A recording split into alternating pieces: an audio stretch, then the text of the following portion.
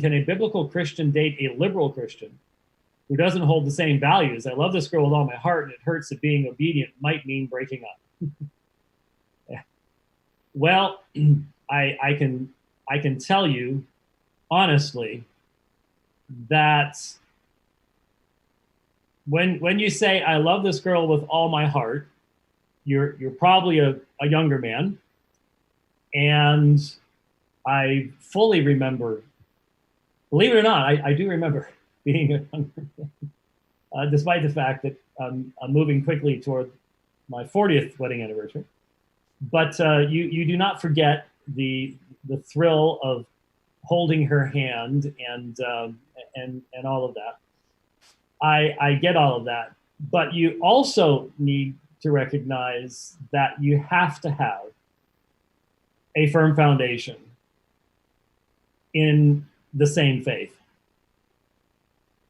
Now, I don't know what liberal Christian means here,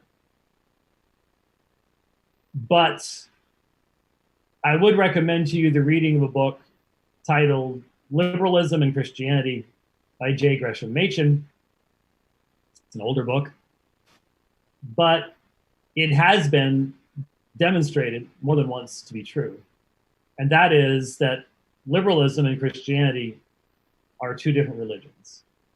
They really are. Oh, may be using the same language, but the foundational affirmations are so different that you are building a huge gap into your foundation from the start.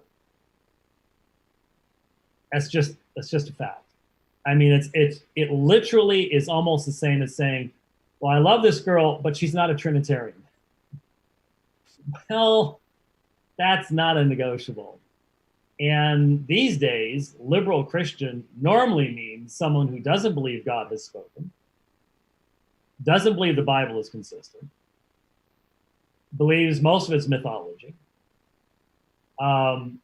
spiritualizes the resurrection, and as a result, just has no real foundation for reformation.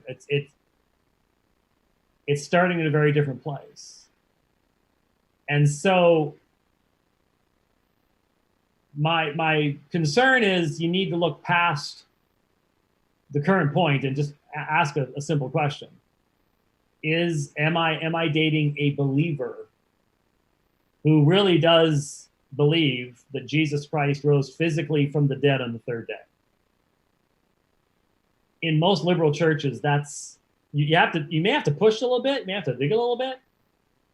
I'll never forget when Jim Renahan and I did the debate with John Dominic Crossan and Marcus Borg on the resurrection. It took half of the debate before all of a sudden, I think it was John Dominic Crossan during the cross-examination goes, so are you saying that his body was no longer in the tomb?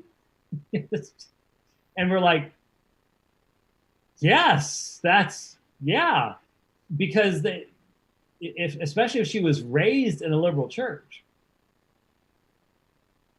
there's such a framework already established that spiritualizes all of that, that you have to, it's just like, honestly, it's just like dealing with the Mormons.